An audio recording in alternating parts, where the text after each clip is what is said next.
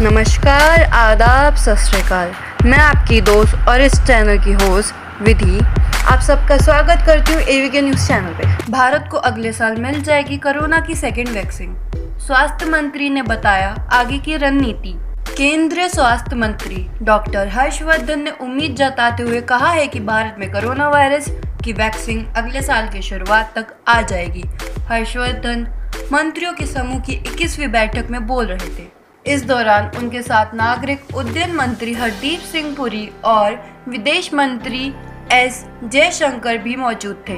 स्वास्थ्य मंत्री ने कहा, हम उम्मीद कर रहे हैं कि अगले साल की शुरुआत में हमें एक से अधिक सूत्रों से कोरोना वायरस की वैक्सीन मिल जाएगी। हमारे विशेषज्ञ समूह देश में वैक्सीन के वितरण की योजना बनाने की रणनीति तैयार कर रहे हैं। इससे पहले रविवार को संडे संवाद में स्वास्थ्य मंत्री ने कहा था कि भारत जैसे बड़े देश में टीके की आपूर्ति को प्राथमिकता देना कई कारकों पर निर्भर करता है, जैसे संक्रमण का खतरा, विभिन्न जनसंख्या समूह के बीच अन्य रोग का प्रचार, कोविड-19 मामले के बीच मृत्यु दर और कई अन्य।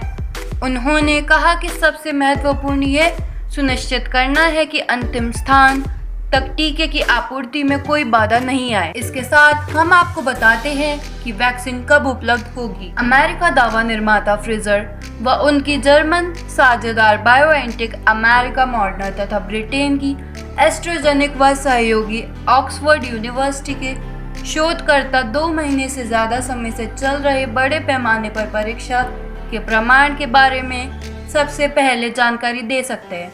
हालांकि जॉनसन एंड जॉनसन की वैक्सीन का ट्रायल रोक दिया गया है।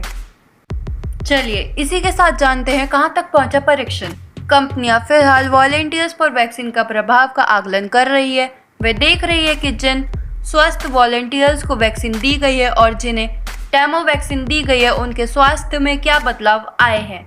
हालांकि परीक्षण में शामिल वॉलेंटियर्स व डॉक्टर भी ये नहीं जानते हैं कि किसे वैक्सीन दी गई है और किसे डेमो वैक्सीन दी गई है। चलिए जानते हैं कैसा होगा वैक्सीन के प्रभाव का आकलन। अमेरिका, यूरोपीय संघ, ब्रिटेन व विश्व स्वास्थ्य संगठन यानी WHO ने वैक्सीन के प्रभाव के आकलन के लिए एक सामान्य न्यूनतम मानक तय किया है।